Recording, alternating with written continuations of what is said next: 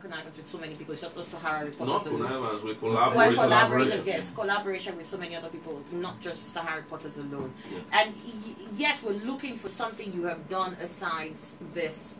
Perhaps managed a group of people politically within the Nigerian structure. Most people believe that we play politics a little different and that you need knowledge in that. You need to wet your feet first. And that in this case, you're pretty much a novice. No, I'm not. That's the point I'm making to you. The reason why you know I'm not a novice is that of all the candidates campaigning today for office in this country, nobody has innovatively been able to reach grassroots like I'm doing. I've been doing town hall meetings since I started. And I've been to Kano, Kaduna, engaging with people. Most of the politicians are just walking around state government houses and paying constituents to traditional rulers. I'm walking on the streets. I'm meeting with people. We're doing rallies like nobody has ever done. That will tell you that there's some kind of innovative knowledge that like, dated back to the past. Within my researches of archives of having participated politically.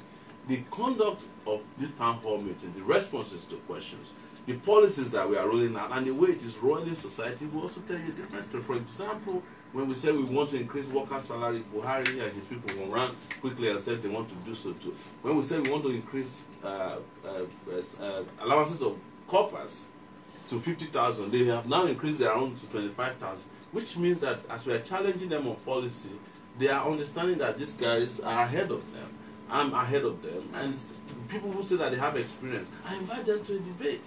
Okay, Emmanuel, one last question. Yes, I think I want to ask you, this particular question is very to be practiced. Yes.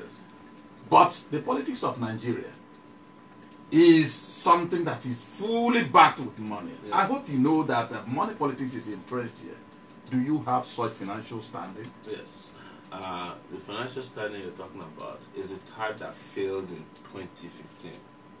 It is true that both political parties had some kind of financial backing, but what broke the jinx was the people taking a position lightly that money cannot buy them, money cannot buy everything. We've reached that point before. We did it in 1993. It wasn't the richest man that won the election in 1993. You can say that Abiola is rich, but the people the person they wanted to win the election was Tofa. He had the backing of the military. Yeah. And the military was richer than anybody at that time. And it failed. We've seen it happen in several places. But let me even give you what is different about us. It's what we call political capital. That one you can't even measure in terms of cash. Another thing that most people don't know is that the world has gone to a level where the physical cash is not only the money in town. Have you guys heard about Bitcoin before? Yeah, we have. We heard about blockchain technology, and we can actually tap into that as a way of raising money in a way that is different from the Naira and Kobo that the big politicians are depending upon. We are here in the market selling ideas. That is our currency at this point. And Nigerians are buying into the young people who have been to university have never had a job before. They want a future. That cannot be resolved with money. People who are giving birth and dying, they don't want that fate to befall them in the hospitals in the next future. That cannot be resolved with money. They've understood that the politicians give them money on election day because they want to detain their future for a certain number of years where they take care of themselves. You can't find a governor in Nigeria whose children are going to Nigerian schools. You can't find a politician in Nigeria whose wife is willing to give a birth here. Go on Delta Airline going to Atlanta and New York. Half of the plane will be filled with pregnant women because nobody wants their children to be born in this country anymore. And these are big politicians, and we know it. I covered them, so I understand the way they work. That's another part of politics that you cannot. The inside knowledge that you have. The inside information that I have as the reason why this country could work and the reason why it's not working. Omoyele, it was amazing to have you. We're hoping that we'll have had a longer period, but I'm having indications that we need to wrap up on the show here. Well, just before we leave it, one more thing you'd like to share with the listeners this morning. It's just to say that help is on the way. And the old politicians have expired, that we're sending them packing.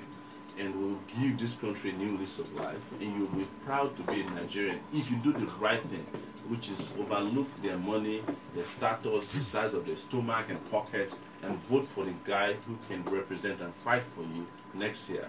And you'll be a happier person. You thank me later. All right, then. Is there anything you wanted to read? Yeah. Oh, good event today. And also to say that today we have an event, a town hall meeting in Portharcourt, and it's happening at Emerald Hotel. It's number 193 Abba Road in Rumola. Junction is beside the flyover here in Portharcourt. Please do make it. It's between 2 to 6 p.m. Great to have you on the show. Thank you so much. Emmanuel, thank you for being here with me. Thank you very much. And that's how we wrap up on the show. Thank you very much for being